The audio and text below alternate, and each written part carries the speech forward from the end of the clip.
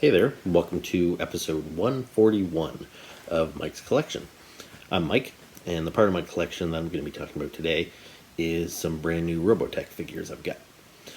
So, if you're not familiar with Robotech, it was one of my favorite 80s properties, right alongside G.I. Joe, Transformers, He-Man, WWF Wrestling. One of the things that was different about Robotech, though, is how hard it was to find the toys.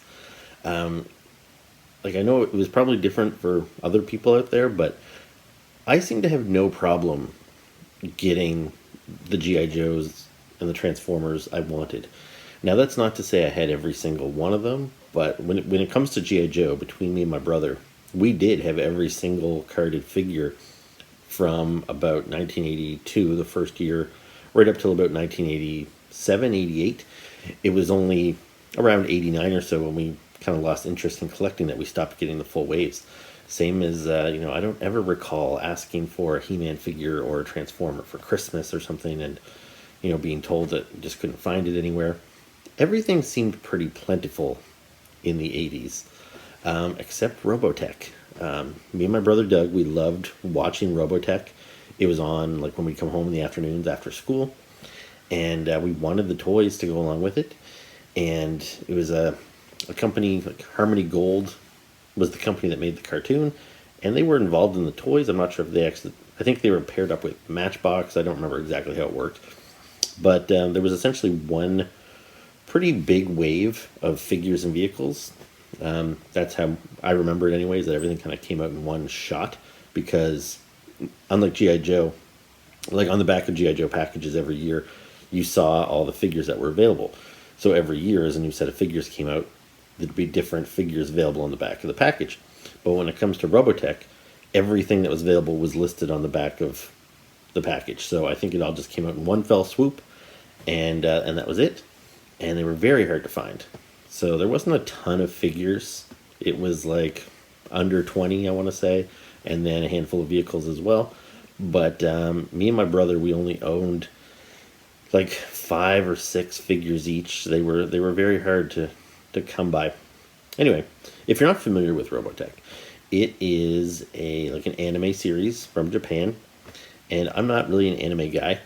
Like, I've seen some of the big ones. Like, I've seen Akira, and I own a couple. I own Akira, and I own a DVD of Princess Mononoke and a couple other things. But I wouldn't consider myself an anime fan by any means. But I didn't even know what anime was when Robotech came out. It was 1985, I think, when it first aired, and that would have been around the same time that the toys came out. But if you're not familiar with Robotech, it was this kind of sci-fi series where these pilots had to kind of pilot mechas, so they were like planes and other vehicles that transformed into big robots, and they would fight aliens, and it was very cool and very unique. It was a lot different than, say, G.I. Joe and Transformers, which were, clearly made for children. They were very silly. Nobody ever really got hurt in those shows.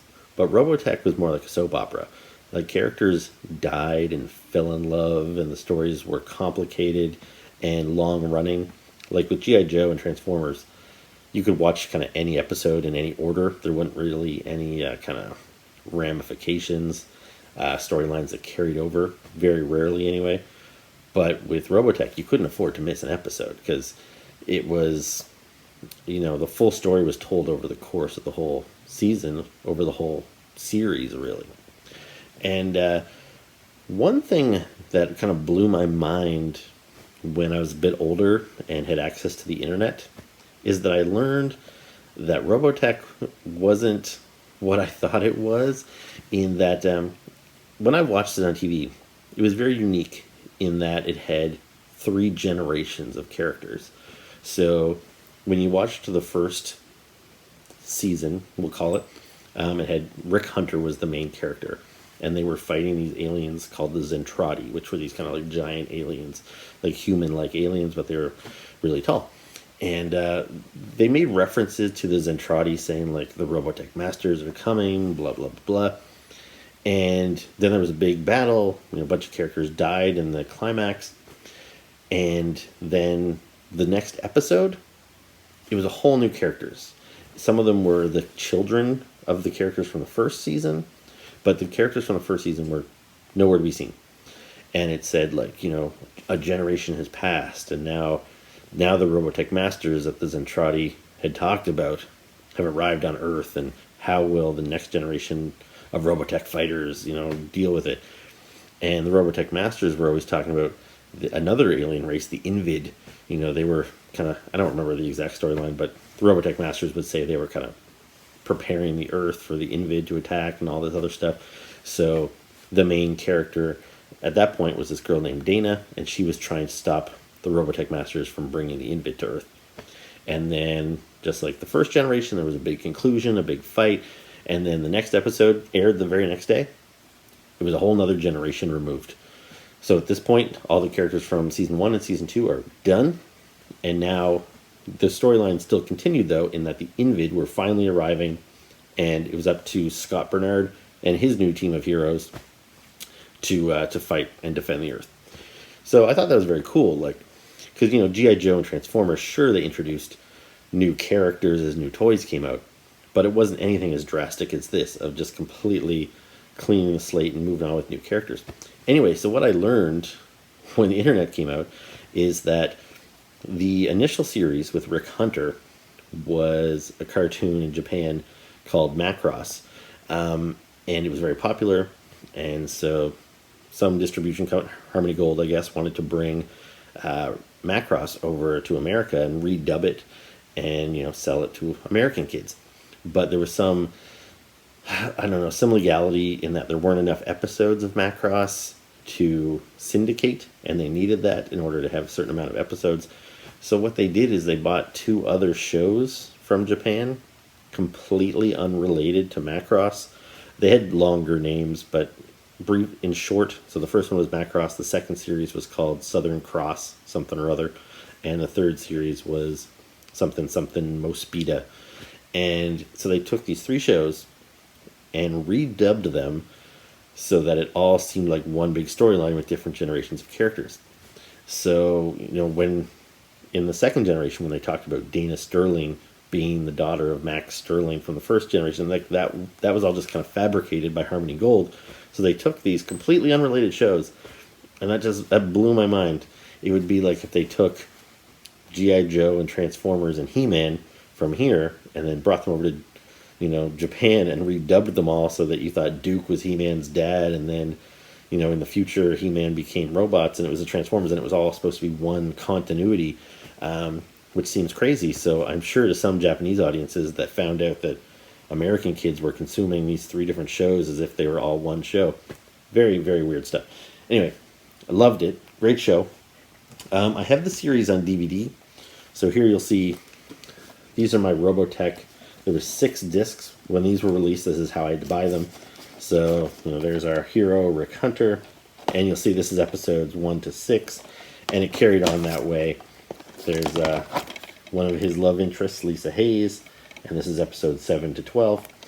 So it was a real treat to watch these again after, I grew up on them and then hadn't seen it for a long, long time. And the first generation was my favorite. Macross was the best of it. But then the second generation I've got in this, it's all compiled in this one little box set with this little sleeve on it. So this is the character of Dana Sterling. So this is the complete collection of Robotech the Masters, or the second generation of Robotech. And then the third generation, this one I was really excited to get. So again, this is a box set. It's all one big case. It opens up. There's multiple discs in here, like so. Because the thing is, I guess Harmony Gold, they had access to these 3 shows, but they only needed a certain amount to put them into syndication. And it seems like they said, well, give us that amount of episodes, that's how many we'll dub, and we'll stop there. Which means they never completed this series. Now, maybe other audiences in America had a different experience, but for me here in Canada, they never aired like the tail end of this, like the second half. So how the Robotech worked is they'd air all 3 generations, and then it would loop again and start way back at episode 1. And at the end of every episode of Robotech, they would have a little bit of a teaser for the next episode. So we would get to a point in this series, and then it would say, like, in the next episode, Rook Bartley goes back to her hometown and has to face the people that, she was running away from and all this stuff. And me and my brother were like, yes, we're going to see Rook go fight these guys. And then we'd tune in the next day, and it would be episode 1 of Macross with Rick Hunter. And we were like, oh, what happens? What happened? And we'd watch the whole series again. So all 36 episodes of Macross, and then all, 30 episodes of season 2, and then, however many episodes of this they aired, 15 or so. So, when you consider that, that's quite a few days, that's months and months, and then you get around to the end, and we'd get to that point again where it would say, and next episode, Rook goes to her hometown, and we're like, come on, play that episode. Back to episode 1. And I felt like we experienced that like 4 or 5 times. We never got to see how this played out until this box set came out, and I finally got to watch the DVDs, and I got to see how this finished up. So that was great. And then another thing, they've made some movies and stuff that carried on the storyline. So here, for example, is a DVD called Robotech, The Shadow Chronicles. And what's neat about these movies is that they were actually done, produced under the Robotech name. They didn't import this. This isn't a continuation of Macross or a continuation of Mospeada. This is legit. The characters from Macross and Mospeada and Southern Cross can now actually all interact, and it kind of makes that other thing seem all that more real, the connectivity of those other episodes. Anyway, very cool stuff. I loved Robotech. If you haven't seen it before, I highly recommend it. Sure, it's going to be a little corny. There's a lot of stuff about love, and there's some silly pop songs in it and stuff. But compared to other 80s cartoons, like if you like G.I. Joe and Transformers, and you can deal with all the silliness in those shows, I think you'll really be rewarded if you try Robotech, because it's great stuff. Anyway, so me and my brother, each had a handful of figures from the 80s. Not nearly as many as we wanted, because not only was there not a ton of figures available, but they just, that's all they made. We wanted not only the figures that were made, but we wanted characters that never had a figure. We always kind of hoped there'd be a wave 2 of figures, but there never was. So many cool characters like Lancer and Bowie and all these characters, they never got toys, and that's a real shame. And there really haven't been much in the way of Robotech figures since. He-Man, G.I. Joe, all that stuff's been revisited a ton of times since the 80s. But with Robotech, whenever somebody gets their hands on the property, they tend to make the vehicles. So there have been lots of updates of the vehicles that they piloted, the big mechs. But the figures, the characters, haven't been shown a whole lot of love. Anyway, so a couple of years ago, this company called Toynami put out a wave of Robotech figures. It was 5 figures in the line. I was very excited about it. I got all 5 figures.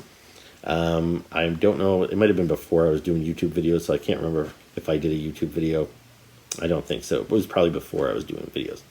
Anyway, they were very cool figures. They came on really nice kind of retro style cards. I liked the cards, so I decided not to open the figures. I just kept them carded, and I pinned them up on my wall for display purposes. And yeah, really great stuff. And so then they put up an order for Wave 2. And it was another 5 figures. And I put in my pre-order, and originally they were supposed to ship relatively quickly, like a couple of months after I put in the pre-order. But then there was some legal stuff that went on, partly because you can imagine how much red tape is involved with having all these different properties, because you've got 3 different Japanese cartoons, plus, Robotech, the thing that connects them all. And so if Harmony Gold wants to put out Robotech figures, can they put them out for all 3 generations, or are they confined to just one, or I don't know what's going on. If you ever watch any of Toy Galaxy's videos, it's a YouTube channel on here that does a lot of great stuff. They did a video not too long ago about the legal red tape associated with Robotech, and how after years of I don't know, fighting in court or whatever, a deal was finally reached, and now Robotech merchandise can finally be put out after a long, long time where it was kind of on hiatus. So that's why, because I didn't understand for the longest time why Wave 2 got delayed so long. I pre-ordered these figures over 2 years ago, and they finally arrived. So let's take a look at Toynami's Wave 2 of their Robotech figures. So the first one I want to take a look at is the only duplicate figure.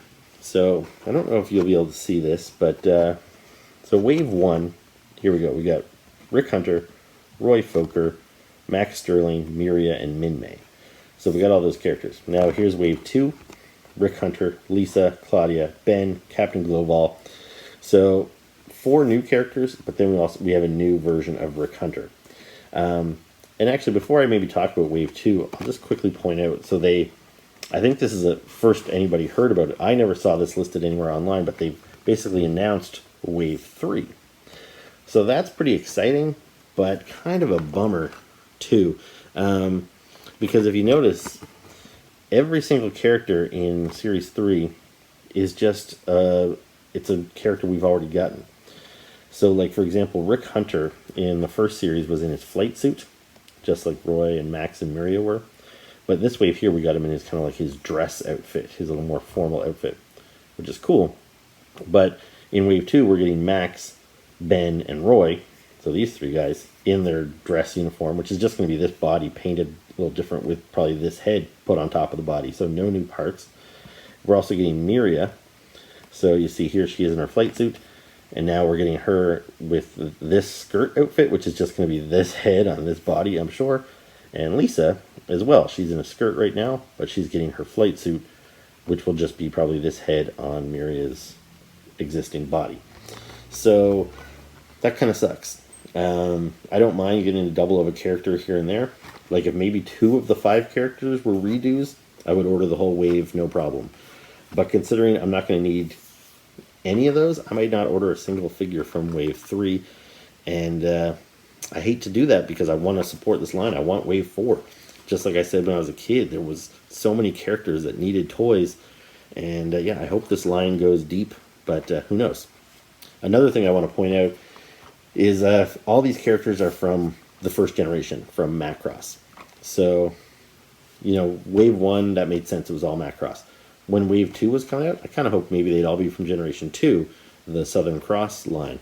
It wasn't. You know, I knew who I pre-ordered 2 years ago that it was all Macross people. But I was hoping maybe by Wave 3 we would get at least some of the main characters from the second and third generation, like a Scott Bernard or a Dana Sterling. So I am a little bit worried that maybe Toynami does not have the rights to do the other generations. I don't know. We'll see. Fingers crossed. So first up, Rick Hunter. So there you see him in his, right out of the cartoon. Very big hair. One of the problems with the vintage figure is they had a removable helmet, and it didn't really...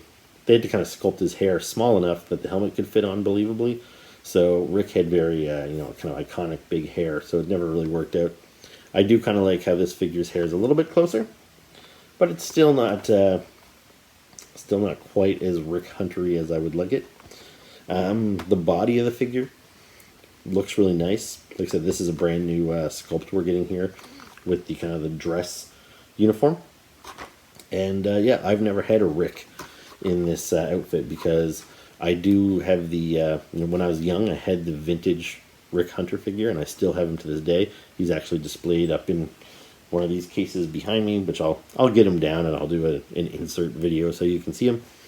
But yeah, Rick always was wearing his flight suit in the vintage figure. So, it didn't surprise me that they gave us flight suit Rick in Series 1. But this was another look that he, he wore this a lot in the show. And so it's kind of cool to get this look. I didn't mind at all that we got a second version of Rick because this is really cool.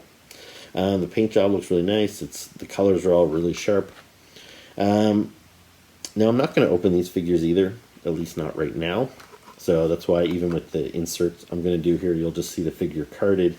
I'll just be able to hold them up a little bit closer so you'll see in a little bit more detail. But yeah, they look really sharp, and I like that they come with display bases. There's a little clear stand in there. To be honest, I can't recall if the first wave of figures had stands or not. But anyway, that's a great piece to be included. I wish every figure had an action figure stand included, but what can you do? Another thing I want to mention about these figures, and this is going to be the same for all of them, is the articulation. Now, since I've never opened any of my Toynami Robotech figures, I can't really say how the articulation is. But they do have knee joints, so I assume their legs can go forward and backward, and they can bend at the knee. Their arms, I can see that their arms can go forward, backward, and also fan out because of the joint on there. Their heads can turn. I don't know if it looks like it's ball jointed, so it can probably go up and down and side to side. But one interesting choice is they don't have any elbows, which is kind of odd. When you get an action figure with knees, you kind of expect elbows. That kind of all that movement goes hand in hand. But I do vaguely recall when Wave 1 of these figures was first coming out, so we're talking, 3 years ago or more now, that the original plan was to have these figures fully articulated, with elbows and knees, and maybe even more so because, the vintage figures from the 80s had elbows and knees and all that stuff, so it seems kind of like a step backwards to lose that articulation. But for cost reasons, they just had to lose something, and they took out the elbow articulation. So that's kind of a bummer, but considering I'm just keeping these figures carded, it doesn't really matter that much to me. They look great on the card. Whether their elbows can bend doesn't really matter since I can't bend them. But it does kind of leave these figures in kind of a weird little genre unto themselves, because I'm really into reaction figures that Super 7 puts out. And those are kind of the simple figures, a lot like this, with only 5 points of articulation. And so these figures aren't quite reaction figures, but they're not quite as detailed as, like, say, a G.I. Joe. They fit somewhere in between, which if they were to make a Rick Hunter reaction figure, would I feel compelled to get that as well? Maybe. I don't know. Because I don't feel, if I open this guy up, I just don't feel he quite fits in with the reaction figures that I have. The sculpt is a little more complex than I would expect on a reaction figure, and so I don't know. I kind of hope they don't make reaction figures of these characters just because I don't want to collect them again. But I do hope that this line by Toynami does go deep and give us figures from the multiple generations. So yeah, there you go, Rick Hunter. So next up, we're going to take a look at our first new character. So this is Lisa Hayes. Again, you'll get a better look of her in the insert.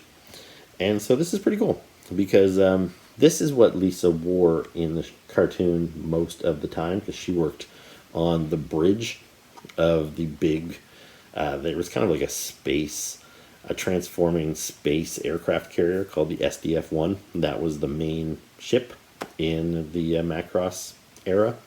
And so yeah, she worked on the bridge. I don't know exactly what her role was. I feel she was kind of like second in command on there. And so she was usually wearing this outfit. The flight outfit, which she's getting in Wave 3, that she wore that sometimes, but this is the look I associate with Lisa. However, the original figure from '85 had the flight suit, so this is kind of nice to get something different, to get Lisa's kind of more iconic look, and it's a nicely sculpted figure. Like, the face doesn't quite scream Lisa to me. Like, it doesn't look like it leapt off of the screen. Neither did Rick, though. Like, I think they're pretty good. Not great. Like, again, if you do a side by side, again, like with the face from the animation, compare it to the face on the figure, you can see how the hair is just not quite right. But yeah, so it's not 100% screen accurate, but a lot of these things, rarely are. So I think it's a really nice figure. Before I move on to the next one, I guess I should just mention the packaging a little bit, that these cards are really nice. Like the artwork, that's straight out of the cartoon. And then you've got this picture of one of the vehicles. That's Roy Foker's Veritek on there. So it's the same packaging for all. So even though we've got the unique picture of the each character, but the backing artwork of the Veritek, that's the same on every figure. And what else can be said? There's also kind of a like a file card on the back of the package. sort of like G.I. Joe style. So it doesn't give you a whole lot. Gives you her birth date, her eye color, hair color. It gives you a little bit of a bio. So her position was the executive officer of the SDF-1. So there you go. Anyway, Lisa is pretty cool. I like her quite a lot. Now these next three figures are all pretty exciting because these are first-time figures.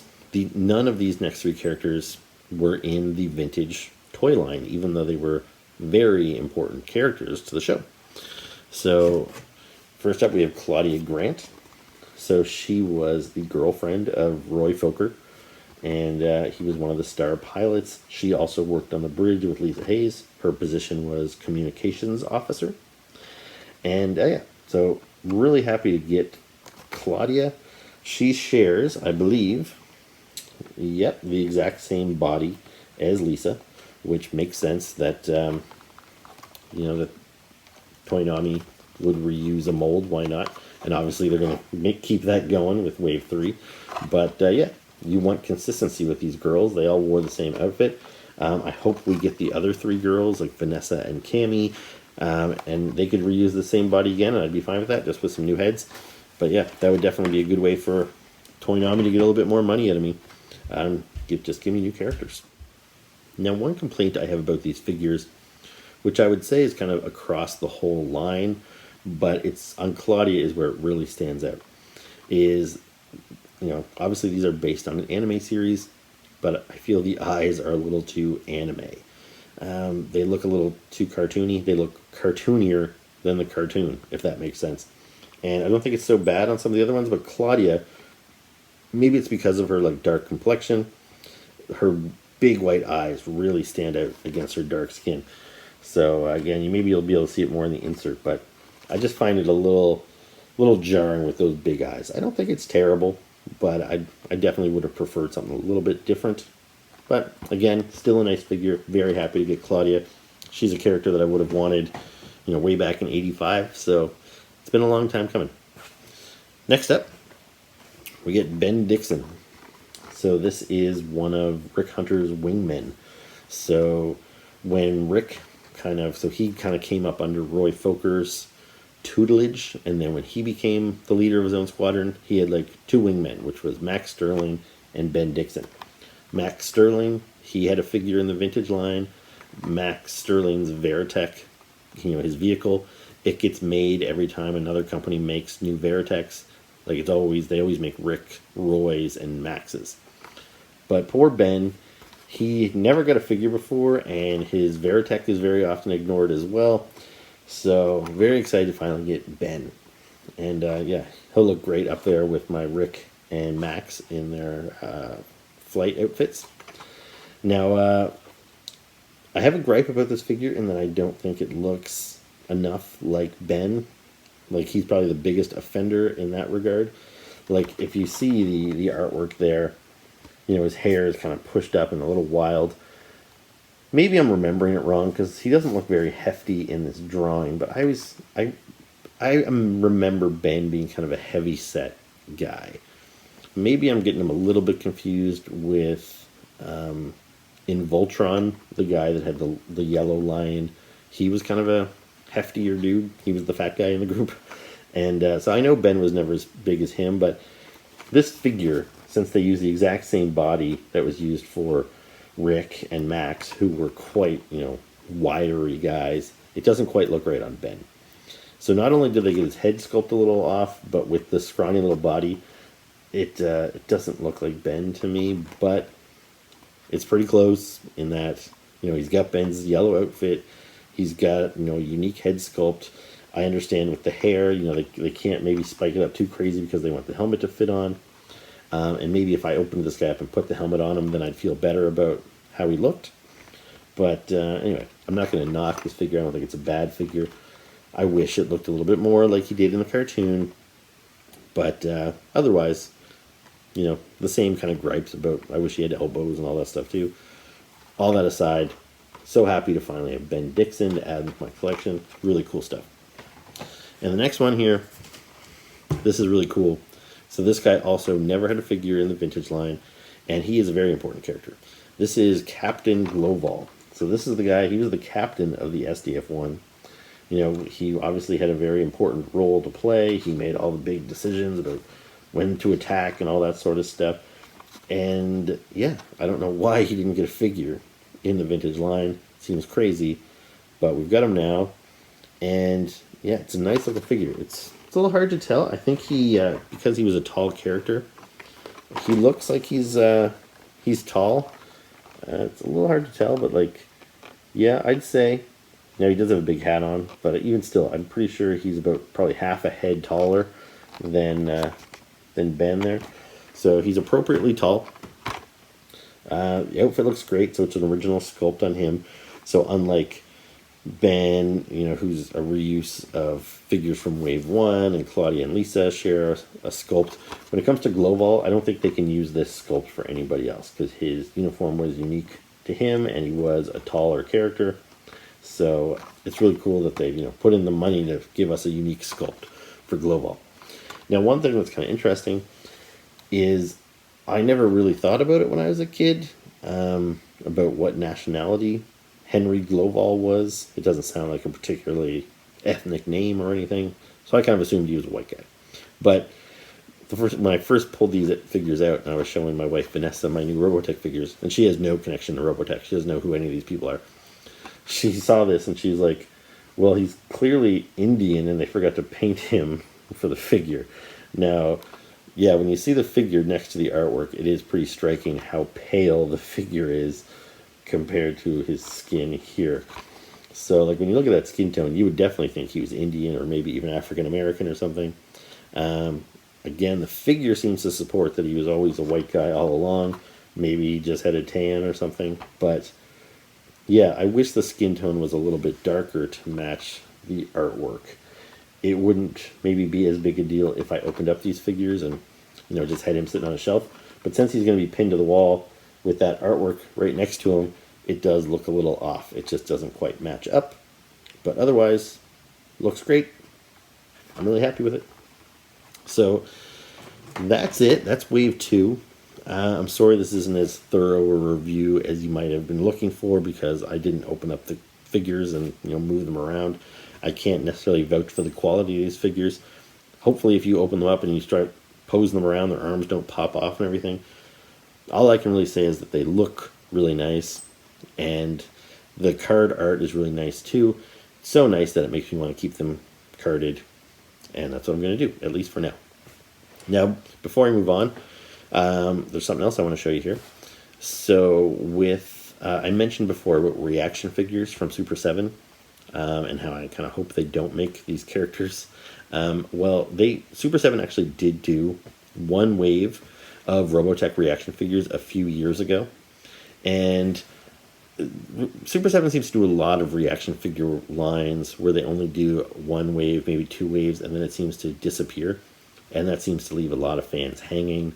I see comments online all the time about, like, when are we getting more Army of Darkness reaction figures, or, you know, this line or that line, whatever it is.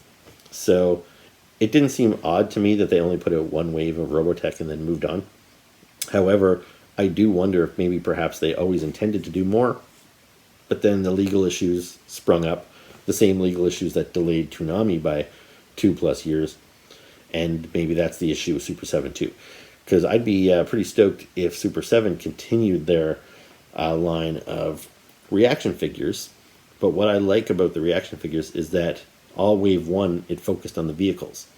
So I don't really need vehicles for these figures scaled to these figures, because that would be a little bit much. The Veritek would have to be like this tall, because, you know, these guys sit in them. They're jets that transform, and I don't really have the room or the money for that. But with Super 7's reaction figures, they're 3 3/4 inch figures, so the jets are actually the same scale as the figures. But when I'm just displaying them pinned to my wall, that seems fine to me. So when the reaction figures came out a couple years ago, there were 6 figures available, and I wasn't purchasing a whole lot of reaction figures at the time.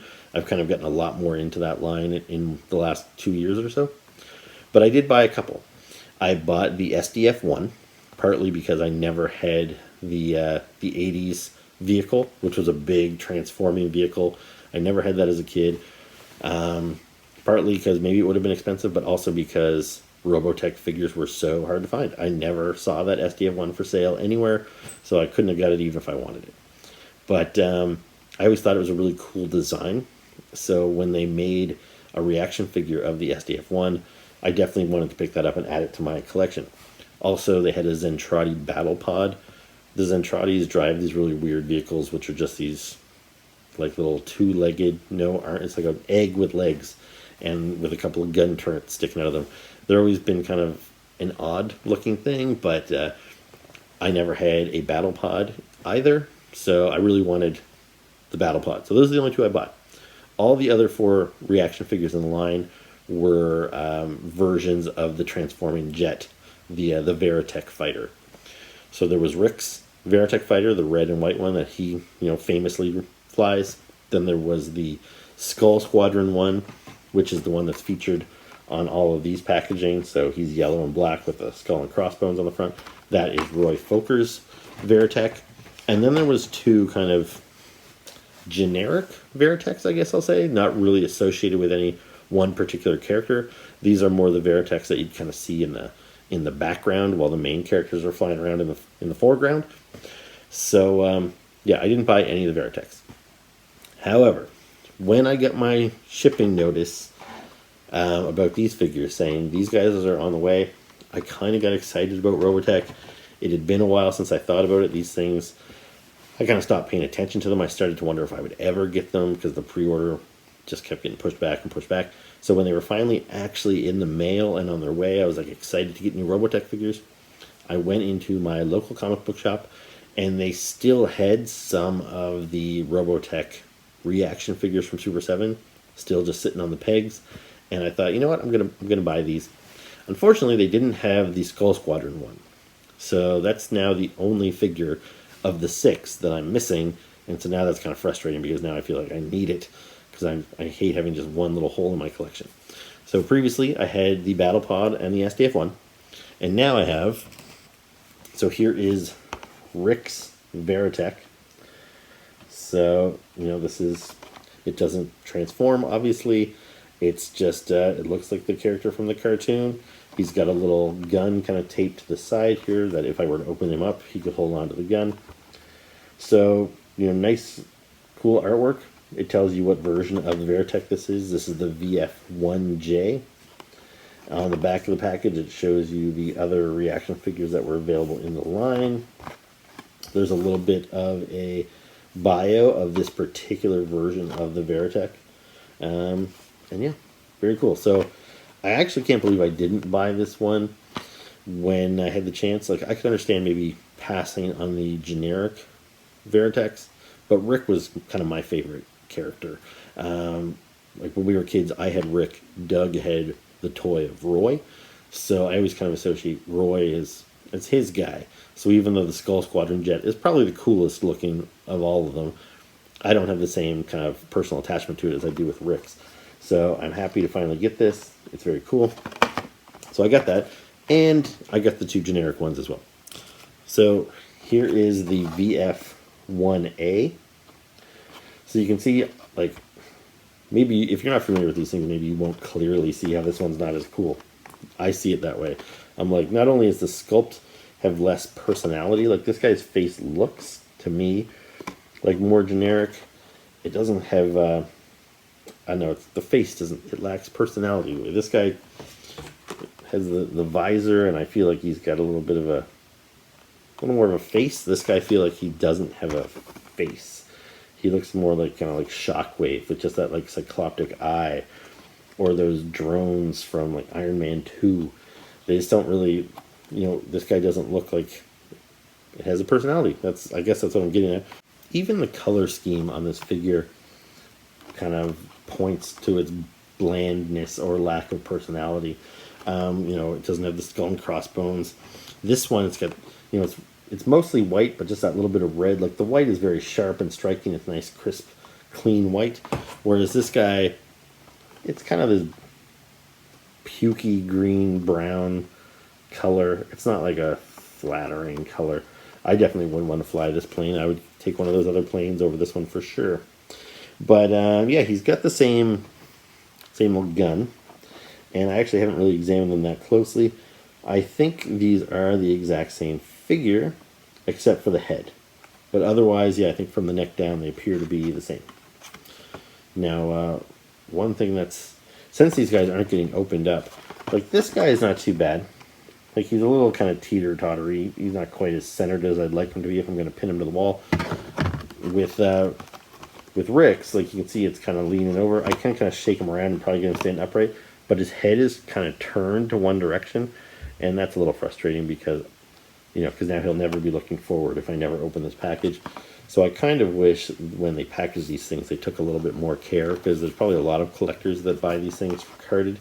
So yeah, he shouldn't be looking off to the side because there's nothing I can do to change it. And the last figure that I've got here is the VF1D. So this guy, again, I'm going to guess is the exact same mold from the neck down. Yep, appears that way, and it makes sense. Same little gun. Again, they all carry the same gun, so that makes sense. But this guy does have a unique head sculpt. And so he's got kind of this double visor thing happening here. He's got the two little antennas. It looks like it kind of a go-between between the VF1A and the VF1J. We get the VF1D. So that makes total sense that he looks like kind of the missing link between those two other models. It's kind of like they're transitioning from this one into the model that Rick flies. And I like the color scheme on this one. It's like orange on yellow. Again, it's kind of an ugly yellow. But it's different. You don't see too many toys in that color scheme, so I think he's pretty neat as well. So yeah, I'm pretty pleased that I was still able to get these ones, because I wasn't necessarily going to hunt them down, and where they are several years old, it wouldn't have surprised me if they were selling for, you know, double, triple the price on eBay. Now that I'm going to try and track down the Skull Squadron jet, I probably will have to pay a little bit more for that one. But it was pretty lucky that my local comic shop had these available after all this time. So there you go. That's Robotech. I hope I covered everything, but we'll talk about Robotech again sometime, because I'm sure there'll be more figures coming out. That's the hope, now that all the legal troubles are cleared up. So, and I actually have an Invid figure on pre-order from Big Bad Toy Store. I won't bother getting into all that right now, but I'm really excited about that one. The Invid is my favorite vehicle from all three generations of Robotech. Really, really cool. So I don't know how long it'll be before that comes. I think it's supposed to be 2022, so it'll be a while before I post a video for that, but I'm excited for it. Anyway, I think that's it for now. So thank you very much for watching. As always, I'll be back with another video very soon. In the meantime, please hit that like button, the subscribe button, and please leave me comments below. I'm always happy to converse with you guys. So yeah, I don't think I've ever really done a Robotech video before, so let's talk Robotech. Leave me some comments. Anyway, that's it. I'll see you next time.